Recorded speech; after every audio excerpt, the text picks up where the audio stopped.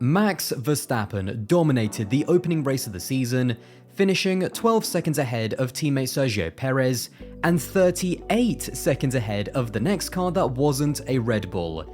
Ferrari had another reliability howler, losing Leclerc a guaranteed podium, and Mercedes showed that they are still very far from challenging for a title, with Lewis and George only finishing in P5 and P7 respectively.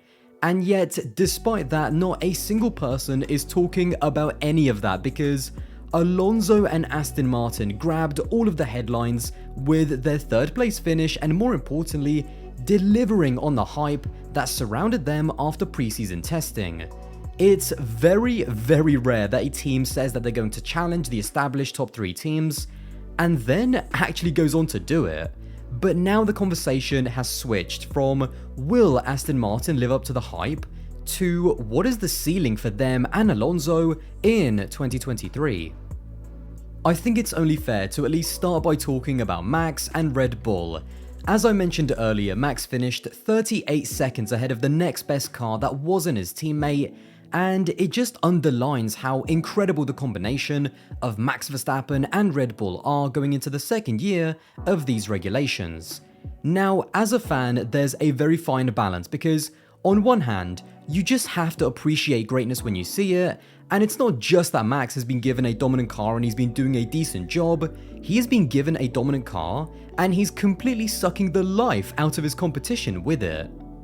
George Russell, after the race, said that Red Bull should win every single race this season, and he then went on to say that Red Bull has got this championship sewn up, I don't think anyone is going to be fighting with them this year. Now, granted, I think that was more frustration with how Mercedes have started, and I'll leave Mercedes for another video, but when you have your rivals talking like that after just one race, it means that you don't just have them beat, you have them demoralized. Seeing your rivals being so melodramatic, and that includes Ferrari by the way, is pretty standard stuff in Formula 1 when a team starts the season looking so dominant. It's easy to think that the season is over after just one race, but you just have to look back at last year and look at the development that Red Bull and Mercedes did to get better over the course of the year. Teams will have their good days and they will also have their bad days. There is still a whole season's worth of racing to do, and Max and Red Bull aren't anywhere near having this championship sewn up anytime soon. That's the other side of a dominant performance.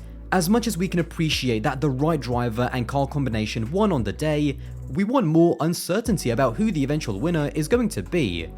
But that is not a Red Bull problem. That is the problem of Ferrari, Mercedes, and now in 2023, it's also the problem of Aston Martin.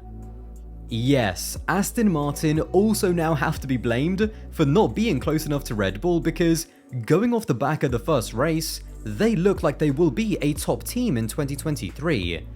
It's quite hard for me to comprehend that I'm even saying what I just said because, let's not forget, 12 months ago Aston Martin started with the wrong concept of car, and at the beginning of last season, they were the 9th best team on the grid. Over the season they developed actually very well and in the end recovered to finish 7th in the Constructors, but they still underdelivered relative to the teams around them. 12 months later they leave Bahrain 2nd in the Constructors, and already with a deserved podium on pure pace compared to their rivals. Now, it must be said, had Leclerc's engine not exploded again, I do think Leclerc would have had the pace to hold off Alonso. But reliability is all part of the package. This isn't some freak occurrence for Ferrari. This is now a pattern that started to develop last year, and despite Ferrari putting in a lot of work to fix their issues over the winter, it's a problem that straight away has cost them during the first race of 2023. One thing that has helped Aston Martin is that the grid in general has closed up a huge amount compared to last year. During Q1 in Bahrain in 2022 with all 20 cars, the delta between the fastest and slowest time was 2.163 seconds. During Q1 in 2023, the entire field was separated by just 1.188 seconds. Even though Red Bull look more dominant than ever, that actually blurs the picture further back. Just finding a 10th or 2 over another team will get you more than ever before due to how compact the field is.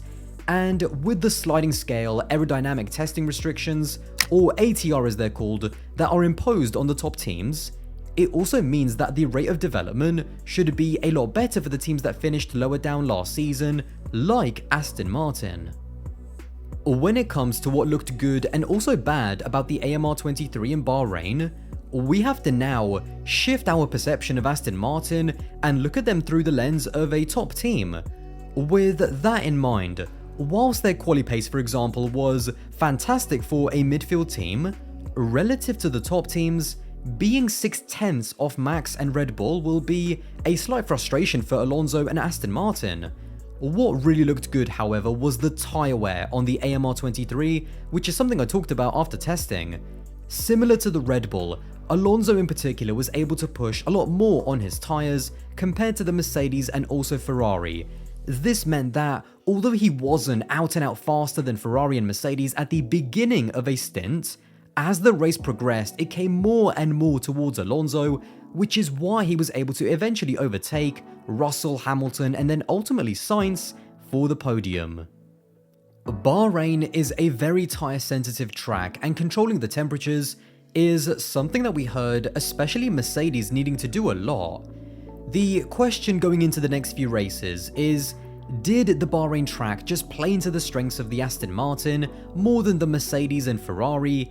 And when we do go to a track that isn't as tyre and temperature dependent, where the teams can push a lot more, will the Aston Martin still have that extra pace in hand when Mercedes and Ferrari won't need to conserve and limit their raw speed as much?